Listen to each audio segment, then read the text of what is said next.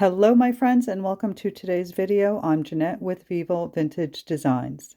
In today's video, I am going to show you how I did this watercolor painting using my new Schmenka watercolor palette that was gifted to me. And I was so excited to use it, and I decided to do this very simple painting because I wanted it to be beginner friendly, and I want to show you how you can accomplish this painting very, very easily. So I have a whole bunch of paintbrushes. I'm not even sure which ones I'll use, but these are my new paints. They were gifted to me by my fiance for my birthday, which is today, January 24th, when I'm filming this. However, you'll probably be watching this in February. But I went on either Pixabay or Unsplash, and I found the image that I printed out and then traced onto my watercolor paper. So I'm using Arch watercolor paper, and here you see me using my kneaded eraser to lighten up some of those lines, which I later regretted because after I put in my sky, I had to retrace them because I couldn't see them. The colors were very dark and my pencil lines were too light. So take that into consideration. What I should have done was left the pencil lines because I'm going over them with black and they would not have been noticed. But it's just a habit. So we're going to be using the wet in wet technique to create the background. So you can see that I've taped my paper down because I'm using a lot of water and the paper can warp. So I want to make sure that it stays flat on the surface. So I've used some washi tape to tape it down. And when you're wetting down your paper, you want to make sure that the paper is nice and wet, but you don't want any puddles. If you see any puddles, you want your paper to glisten, but not be sopping wet.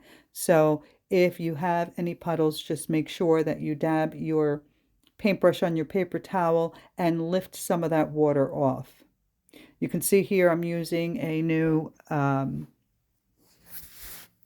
silver black velvet brush, and it's losing a couple of bristles because I've not used it before. So I was picking them off. You don't want any bristles in your painting. But what a pain in the neck. Anyway, so to create the sky, now that the paper is wet and it has absorbed the water, I am putting down the colors that I used were indigo, manganese violet, which you see me putting here. The indigo is at the top and the manganese is the purple, manganese violet. And I am going to go back and forth with the paintbrush to kind of blend these colors together a little bit. Now keep in mind that when you're using watercolor, it may appear dark on the paper as you're applying it, but as it dries, it will lighten. So make sure that you use enough pigment on your paper so that when it dries, you'll be satisfied. So in a case like this, it's better to put more, to add more than to have less. So now I have applied permanent carmine, cadmium red. I've also used orange and yellow. And I keep going back and forth. You can see adding more of the pigments and trying to blend it together.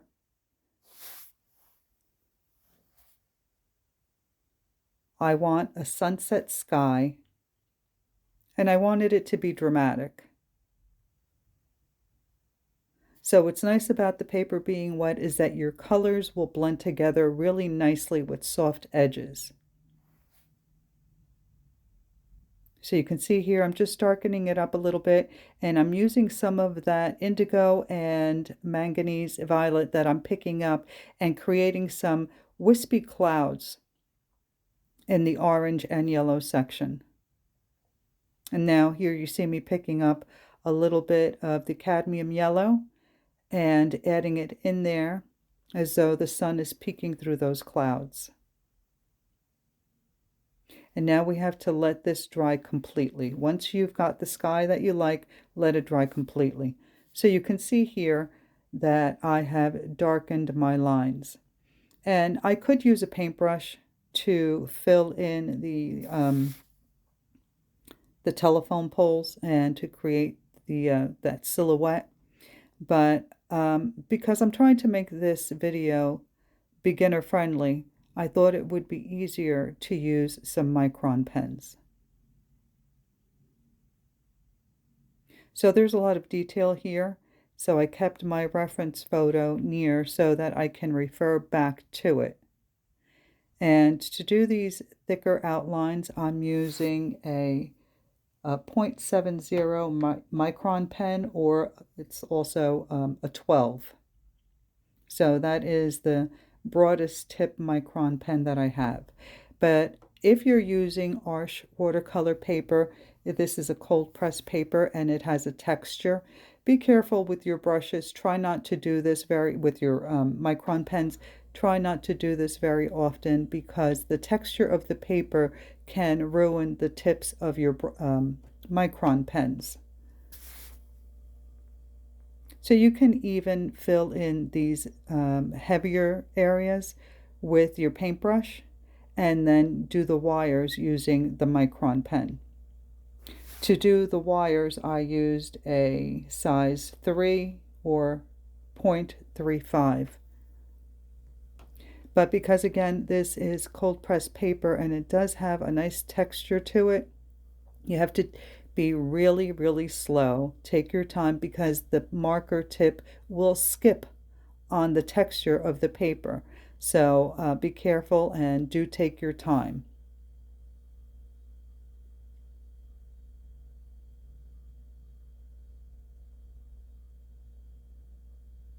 So this is actually the easy part, and creating the sky was a lot of fun, but it's nice to see it start to come together by filling in the silhouette of the telephone pole.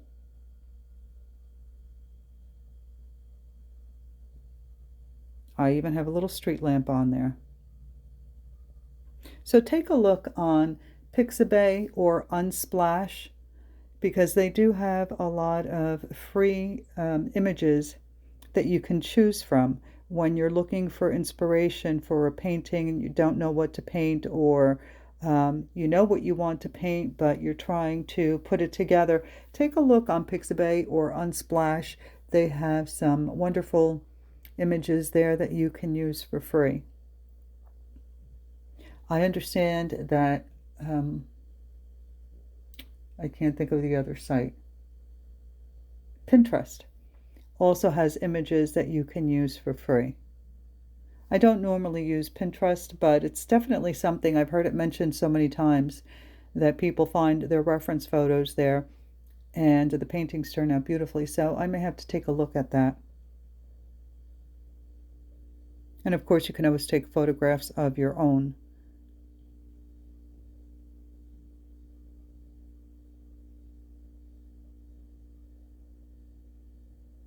So here I'm trying to find a thicker tip micron pen than the 03, but I decided to stick with the 03 because I did want my wires to be very thin. But because it was skipping on the paper, I thought maybe if I used one with a broader tip, it wouldn't be, I wouldn't have to go over my lines and take my time so much.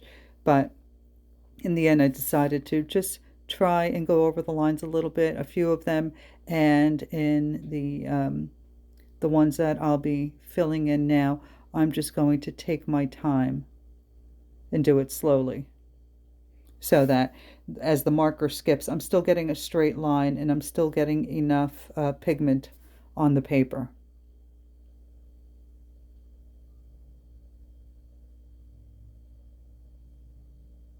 So as I mentioned earlier, today is my birthday, but yesterday my children, my fiance, and my brother came over and we decided to have a pizza party.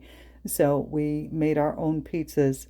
However, oh my God, what a fiasco. There was so much smoke in the house because the cheese dripped onto the bottom of the oven, and every time you opened the oven, it was a cloud of smoke that was coming out, and the smoke detectors were going off. I thought that the fire department was going to show up at my house.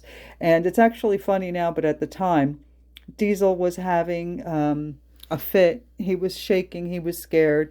it was only like 19 degrees here in New Jersey. We had every window in the house open. Everybody is fanning with towels trying to get the smoke out. It was it was funny now, but not then. So that was my birthday celebration. I told them all next time we'll go out to dinner. And we all forgot to get a cake. How's that? So I didn't even get to blow out a candle for my birthday.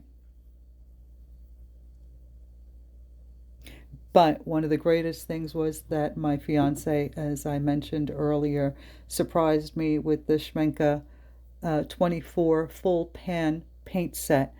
I have been wanting this paint for so long, but it's very expensive, and I couldn't bring myself to pull the trigger on it. So it was nice for him to surprise me with that. I was so excited, I could not wait to swatch it out and to use it for my first painting. And I will say that I do love my Winsor & Newton professional paints, and I even like some of my student grade paints, my Muñoz pan paint. That set is fantastic. I really, really enjoy working with it, and it's a very inexpensive student grade paint set.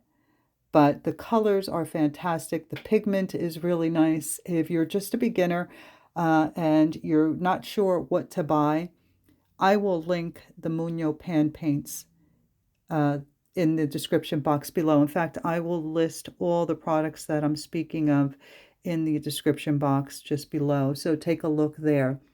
But I also have a set of the Winsor & Newton Cotman, and that is a student grade paints. They're also really nice.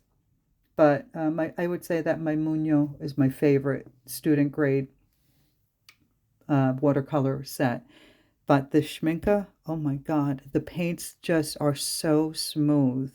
I've not been able to create a sky that pretty, no matter how many times I tried. And it only took me one try, and I'm really happy with it. So I'm going to enjoy this paint set. So here we're getting close to the end. You see that I'm taking my time, and this is actually sped up 2.5 times. And you see how slow I'm going, so that I make sure that my lines are straight despite the texture of the paper, and that they show up.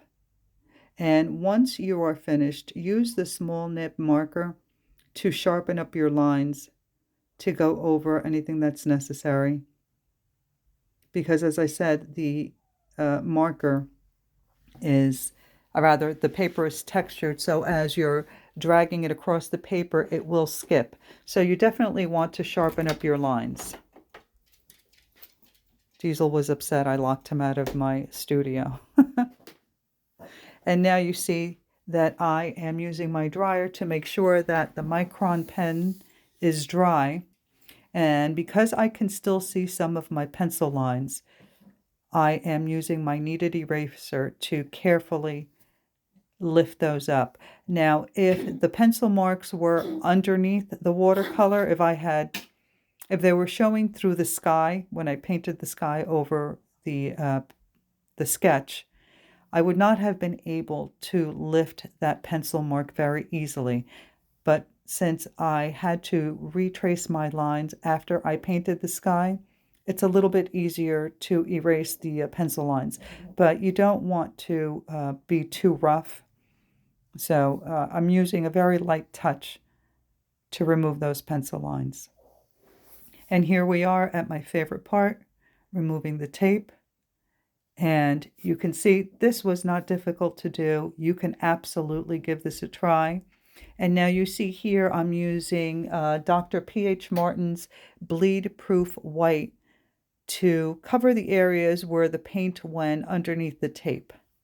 And that's a really nice trick to use if you ever have any problems with your watercolors going underneath your tape. So I hope you enjoyed this video. Please don't forget to like, comment, and subscribe. Let me know if you have any questions. And if you've used these Schmenka paints, let me know in the comments how much you love them. All right, everyone.